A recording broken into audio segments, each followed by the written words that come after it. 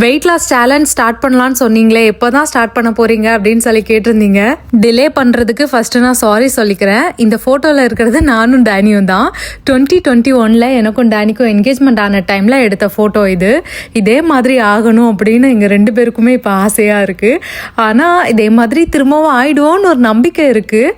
நான் இதுக்கு முன்னாடி இருந்த வெயிட்ல இருந்து ஒரு 10 கிலோ கம்மி பண்ணிட்டேன். அதுவே எனக்கு ரொம்ப பெரிய விஷயமா இருக்குது. இன்னும் என்னோட ஹைட்டுக்கு ஏற்ற வெயிட்டுக்கு வரணும்னா ஒரு 10லேருந்து 13 கிலோ நான் கம்மி பண்ண வேண்டியதா இருக்கு. அவ்வளோ கிலோஸ் என்னால் கம்மி பண்ண முடியுமான்னு ஒரு டவுட்டாக தான் இருக்கு. ஆனால் நம்ம மனசு வச்சா முடியாதது எதுவுமே இல்லை. ஸோ நம்ம களத்தில் இறங்குறோம், ஜெயிக்கிறோம், அவ்வளோதான். ஆக்சுவலாக கம்மிங் மண்டேலேருந்து நான் ஸ்டார்ட் பண்ணலான்னு நினச்சேன். ஆனால் டேனி சொன்னாங்க 25th அப்புறமா நீ ஸ்டார்ட் பண்ணேன்னா நானும் உன் கூட ஜாயின் பண்ணிப்பேன் அப்படின்னு. அதனால ஒரே ஐடியா ஜூலை 1 ஸ்டார்ட் பண்ணலான்னு இருக்கேன்.